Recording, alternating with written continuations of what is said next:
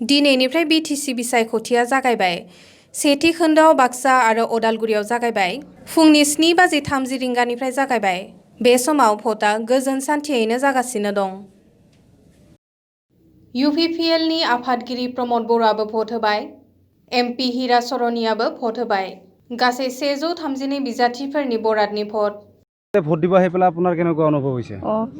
ভাল লাগছি मोजाङानो मोनदों बोथोराबो मोजां जेबो माबा मोनाखै आरो गासिबो मोजाङानो मोनदों होननानै बुंदों। আপুনি ইয়াতে থিয় হৈ থকা বহুত টাইম হ'ল নেকি? जादों फुंनि मटामटी 8टानिफ्रायनो इयाव गसंदों न'आव जेबो संबोआखै खावबोआखै।